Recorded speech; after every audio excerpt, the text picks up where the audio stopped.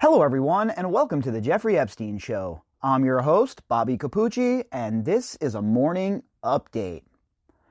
What's going on, everybody? So yesterday, I had a much-needed afternoon and evening of decompression. I sat around, I watched some UFC, I put in some degenerate Italian-style bets on the fights.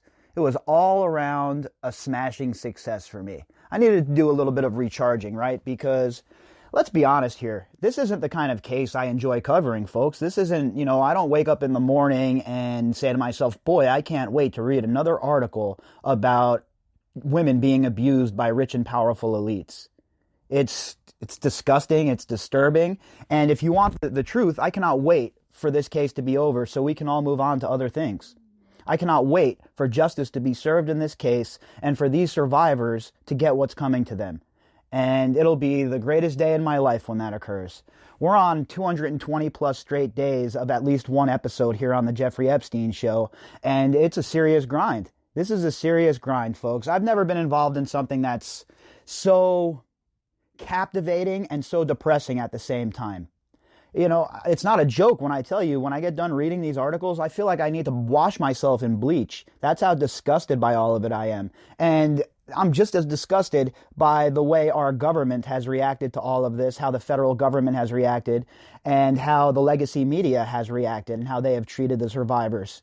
Oh, now all of a sudden everybody wants to rally around the survivors, right? Now everybody wants to come out and say, oh yeah, we want justice for these survivors. Well, where were all of you legacy media types when these survivors were crying out for help? Oh, that's right, you were busy squashing and quashing cases because you wouldn't have any access to the royals. So don't think we're going to forget, all right?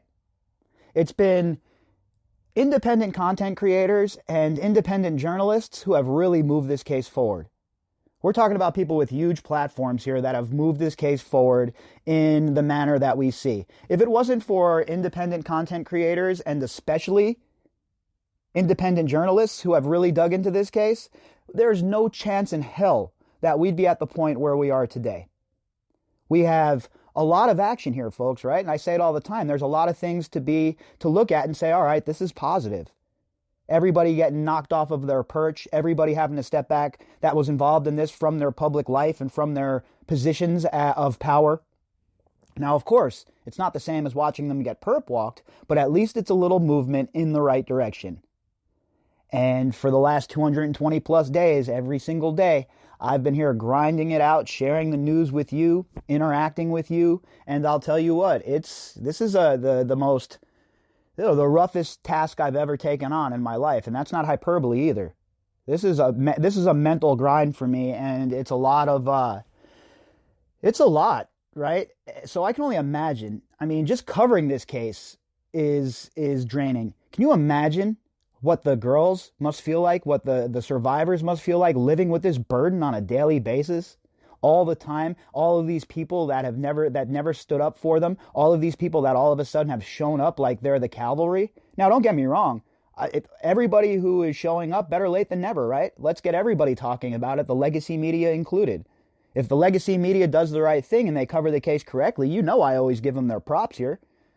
I'm not here to bash people. That's not my thing. I respect all of the work that is done by journalists, real journalists. I mean, it's hard work. But when you have the legacy media, the bosses and the editors pushing their own narrative, it doesn't matter what the journalists want to do. If you're working for, say, ABC, and your editor tells you that that's not going to fly, well, that's not going to fly. And that's why independent journalism has been so important in this case, because there's no one leaning over someone like Whitney Webb's shoulder telling her what she should research. She just goes and researches the case, and wherever the evidence leads her, that's where she goes. And that's what a true independent journalist should do. And that's why I respect Whitney Webb a lot, a whole lot, maybe more than any other independent journalist in the whole entire nation. Now, that doesn't mean I agree with everything Whitney talks about. I don't. I don't agree with anything that everything that anybody talks about for the most part, right?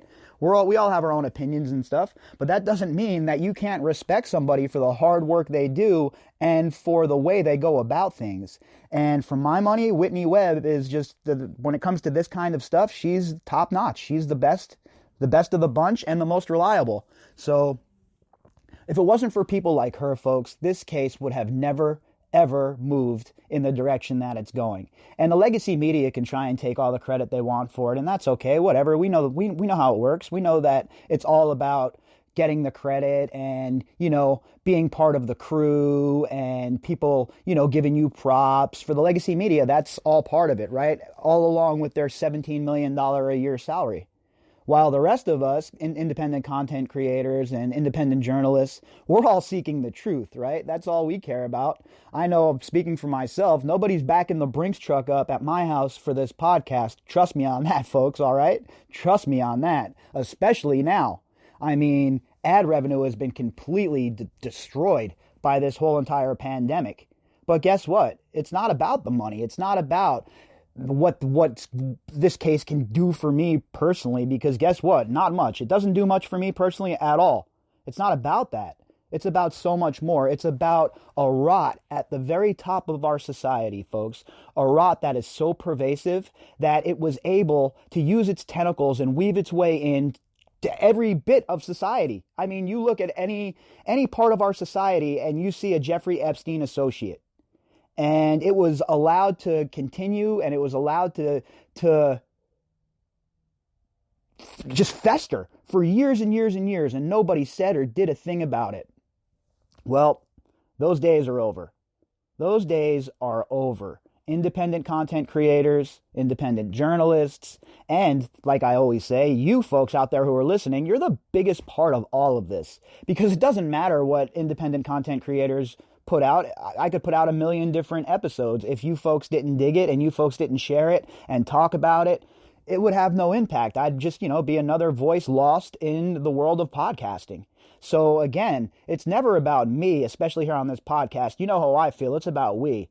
We're a team, and every single person that is involved in this case is playing a huge part in making sure that these survivors get justice. And I'll tell you what, there are many, many, many, many, many threads to this case. But the one thread that connects all of these people, and the one thread that should be pulled on to really get to the bottom of things, is the money. Follow the money. If we do that, I have no doubt that we will arrive at a destination that is going to blow the socks off just about everybody. Today, we're going to talk about the Netflix trailer for the Filthy Rich documentary that's coming out on May 27th. Now, if you haven't watched the trailer yet, I'll leave a link in the description box so you can check that trailer out. It's pretty good stuff. I'm always on the fence with things like this because, we follow the case very, almost like, it's like an addiction at this point for most of us, right? We follow this case very closely. So I know that all of us are going to be very interested in the narrative that this documentary is spinning. So I'm going to stay neutral about it as of now. I'm excited to see where it goes, but I want to see what the narrative is, and I want to see how far they go, right, in their search. Are they going to unmask people like Wexner? Are they going to really talk about, the elephant in the room and all of these powerful people that surrounded Jeffrey Epstein that have somehow escaped justice? I mean, let's be clear, folks. Let's remember, the only two people who are facing charges right now over this whole entire thing are those prison guards. I mean, are you effing kidding me right now? Out of all the people involved, those are the only people that are facing charges? Absolutely ridiculous. Absolutely ridiculous and absolutely unacceptable. All right, so also there was Bitcoin halving, and if you're familiar with Bitcoin, it's, they have this thing called the blockchain, blah, blah, blah, blah, blah, blah, blah. I'm not going to get into all of that, but how this relates to us is, Bitcoin, the Bitcoin block reward, it was finally halved. And some Bitcoin enthusiasts, they went to the blockchain and they shared messages of thanks and hope. And, Jeffrey Epstein killed himself. So there was a person who did the blockchain halving, and they left a message. And the message wrote, "Epstein didn't kill himself, and the Fed, last time below 10K. And I think it was something that needed to be pointed out here on the podcast, considering that this Jeffrey Epstein didn't kill himself has been just launched into every part of our society. Everybody, I don't know anybody who truly thinks that Jeffrey Epstein killed himself. And now it is locked in, written down, and chiseled into the blockchain. And I found that absolutely hilarious. I shared that article on Twitter yesterday, and it was a good laugh for me. To think that inside of the blockchain that message is going to be there forever is absolutely brilliant. All right, so our article today is from CBS News. And the headline is, Netflix releases trailer for Jeffrey Epstein documentary series. The article was authored by Caitlin O'Kane. Netflix on Wednesday released the trailer for its upcoming documentary series on Jeffrey Epstein, the convicted sex offender, pedophile, who last year died in custody after being hit with additional sex trafficking charges. The 4-part series, Jeffrey Epstein, Filthy Rich, will premiere May 27th and focus on Epstein's crimes and feature interviews with a number of his survivors. All right, well, that's a good start, right? And from the trailer, it looks like there's some powerful interviews. The end of the trailer is pretty powerful. The statement from Virginia and what she says, spot on, right? We're coming for all of you. There's none of you are getting quarter in this. This isn't the kind of case where people are going to just shrug their shoulders and be like, ah, shucks, all right, well, we're just going to move on with our lives. No big deal. Human trafficking, children being molested. That's all right. Just keep it moving. No. Nope. I'm willing to turn my head. I'm willing to turn my head the other way while you people grift, as is your usual MO inside of the Congress and inside of the Senate, but I will not turn my head the other way when it comes to human trafficking rings and shit like that, all right? That's how you're going to get the ire of a lot of people, okay? According to the trailer, the series will look into the 2005 investigation of Epstein's relationship with underage girls in Palm Springs, as well as the spiderweb of people involved in Epstein's sex trafficking. The monsters are still out there. You took our freedom. Now we're going to take yours. One of Epstein's accusers says in the trailer. That's the end. Well, that's what Virginia says. That's the message. The monsters are still out there. You took our freedom. Now we're going to take yours. And guess what? We're with you. We are 100% with you, Virginia, at this point, right? I'm very clear here on the podcast. After looking at all of the evidence and looking at it critically, and looking at it skeptically at first, there is no other destination you can arrive at except that Virginia is being completely honest here, 100% truthful, and everything that she says lines up with the evidence that we have in this case. So, look, it is time. It is time for all of these people that were involved to face justice, to pay up, because enough is enough with these people. With their frightening first-hand accounts, several of Epstein's accusers are the leading voices in the documentary, according to a press release from Netflix.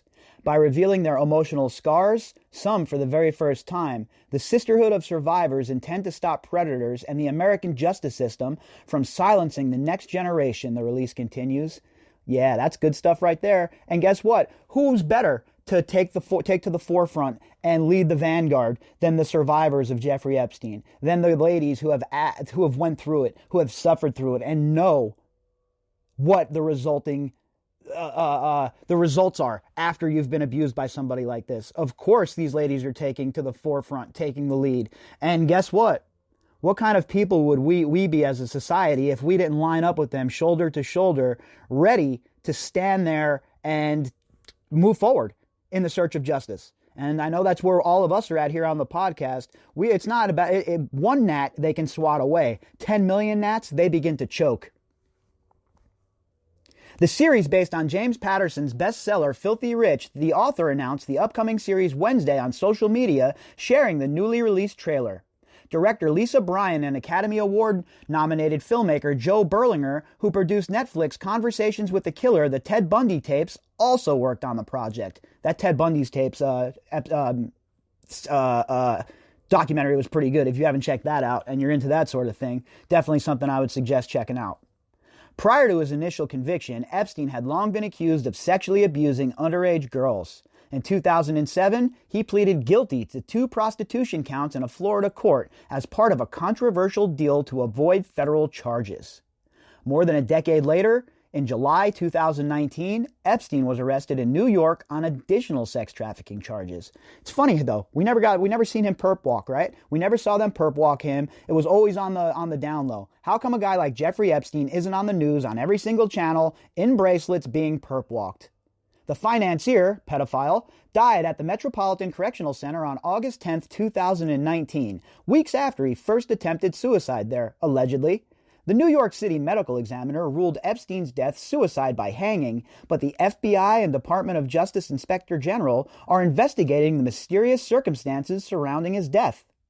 Oh, yeah, well, we can all rest easy, folks. The storied Inspector General and the FBI are both on the case, so that means we could just stop worrying about it, and, they're going to give us the truth, folks. Just choke down whatever narrative they serve up for you. What a joke.